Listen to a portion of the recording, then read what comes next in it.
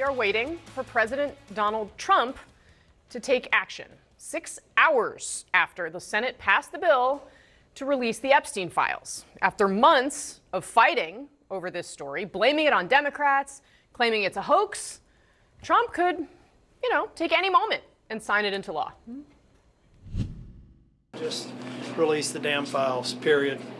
I don't care about how the sausage is made. I just want it out in the open for everybody to consume. Republican Senator Thom Tillis, far from the only person in Washington who wants to be done with this story. But of course, it may not be that simple. Remember that on Friday, the Attorney General, Pam Bondi, selected a prosecutor to look into Epstein's former associates, including prominent Democrats that President Trump requested. Bondi announced the new investigation despite a previous review of the case files that the FBI says, quote, did not uncover evidence that could predicate an investigation against uncharged third parties, unquote. Today, however, the Attorney General says things have changed. What changed since then that you launched this investigation? Information that has come for information. There's information new information, additional information, and again, we will continue to follow the law, to investigate any leads. If there are any victims, we encourage all victims to come forward, and we will continue to provide maximum transparency under the law. Continue to provide transparency, and yet all she says is there's information, there's information, there's information. The DOJ has all kinds of information that Congress had to write a law to get them to release. So what Bondi did anyway has raised the new possibility that this investigation could give the DOJ cover to delay or refuse to release the Epstein files that, again, are in their possession. So what happens if they do that? In the Senate, where the bill was passed with unanimous consent, no one seems to know.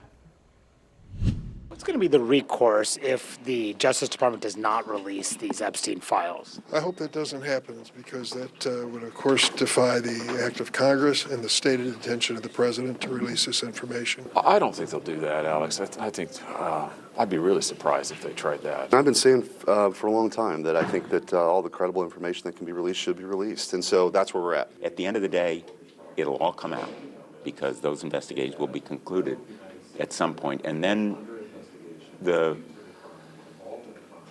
present leadership of the Department of Justice will be held accountable if it fails to disclose what needs to be revealed. All right, let's get off the sidelines and head into the arena. My panel is going to be here. We're going to get started, though, with CNN senior White House correspondent Kristen Holmes, who's been covering all of this for us. And Kristen, we just heard from the Minority Leader, Chuck Schumer. I want to play for you what he said just a couple of moments ago as we talk about this. Take a look. This will not and cannot be the end of the work. We'll keep the pressure up, pressure for the president to sign, and then pressure on the DOJ to release the full, unredacted files. No hiding, no game playing, no covering up. Pressure to make sure the documents are released in their entirety and not warped by a corrupt DOJ who's hell-bent on hiding the truth, bending the law, and protecting Trump. So, Kristen, he led off there by saying pressure for the president to sign. What are you hearing about plans to do that? Yeah, I mean, your guess is as good as mine. We were told multiple times by multiple different officials that as soon as this was on his desk, he was going to sign it. Now, were we expecting some kind of pomp and circumstance like we see typically when President Trump signs these bills? Probably not, just given the fact that he had actually actively fought against bringing this vote even to the floor. So the bill itself doesn't seem like something he might want to tout or celebrate. But it was sent over by the Senate hours ago, and we were told by officials then that it might take some time to get to the White House. But again, that was hours ago. And yet we still have not heard any word. We've asked if the bill has arrived. We've asked if the president has signed the bill. I was just looking down at my phone to see maybe we got an alert that said President Trump announced it, but he did not.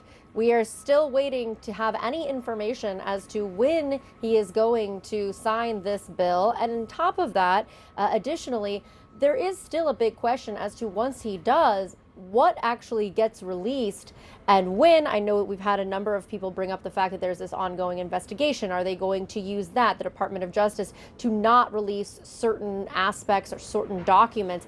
It is still very unclear. The White House has told me that President Trump is not going to stand in the way of anything being released. But again, now you have this separate investigation that's going to raise a lot of questions and potentially create yet another roadblock. All right, Kristen Holmes, with that update, as in there is no update. Kristen, thank you. I really appreciate it. All right, my panel's here in the arena. CNN political analyst, national political reporter for Axios, Alex Thompson. CNN political commentator, Jonah Goldberg. CNN political commentator, the former director of public affairs at the DOJ, Sochi Hinojosa. And former Trump campaign manager, Bill Stepien. Welcome to all of you. Thank you very much for being here. It took about 2 hours for Trump to sign the bill ending the government shutdown after Congress passed it. Jonah, just to be clear, once the Senate transmitted it, he could have signed it at any moment.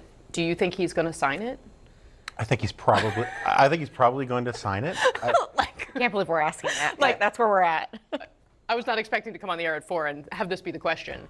Yeah, I think he's probably going to sign it, and I don't think we're going to get a release of all of the documents. I think historians are going to look back on this and think that this was one of the great examples of collective dysfunction and error going way back.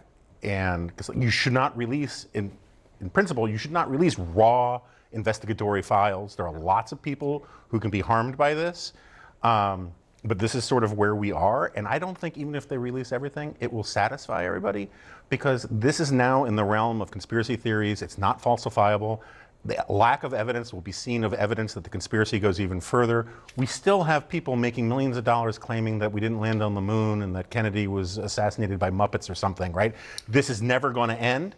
And I think Trump deserves a lot of the blame for getting himself into this position. But at the same time, it's a hot mess and everybody deserves some blame. I want to play a little bit of what Joe Rogan had to say on his podcast today, Bill, because this has, reached beyond, obviously, the political media ecosphere that if you're enjoying our show, you probably participate in relatively regularly, right? This has gone beyond that. Here's what Rogan had to say today. Epstein files. I heard there's no files. I heard it's a hoax. And then all of a sudden, he's going to release the files. Well, I thought there was no files. Man. He wants an investigation now. Listen. What is going on? I mean, it seems like a fair question, Bill. What is going on? Well, I think you're seeing on a national podcast like that, this has entered the public sphere, in a way for 4 years or years under Biden, like it never did. I think you really see public opinion move against or towards the release. 8 and 10 want them released. Importantly, 2 and 3 Republicans, maybe most importantly, want these released. Those are numbers that Trump sees. And when you see, really for the first time in a decade, public fracturing of the MAGA base, I think that's what really concerns him. And it's also a year to the midterms, less so. So I think all these factors are pushing towards maybe signing. Why is he waiting to sign it then? I mean, what do you think? I don't know. I don't know. I mean, he's a busy man. The NVIDIA earnings call? Maybe he's paying attention to that? There won't be pomp and circumstance, as was alluded to there. You're talking about the 6 hours that he hasn't signed the bill, but what about the last 6 months when he could have just released the files if he wanted to? The fact is that Donald Trump is one of the most litigious people in the history of America, not just American politics, and his philosophy, going back all the way in New York City, is delay, and try to put off any potential consequences. And you are now seeing it from the White House. Well, and now he has the Justice Department to protect him from this. So I think Pam Bondi could delay in 3 ways. One, there is obviously redactions, and victims and information like that, yes, absolutely should be redacted, no question about it. There will be a question about whether information about Donald Trump is redacted. And when you are providing information to Congress, we went through this with the Hur investigation, where we received a Hur report saying that Joe Biden was a well-meaning elderly man with a poor memory. And Democrats strongly believed that the Justice Department should have removed that from the report or redacted it.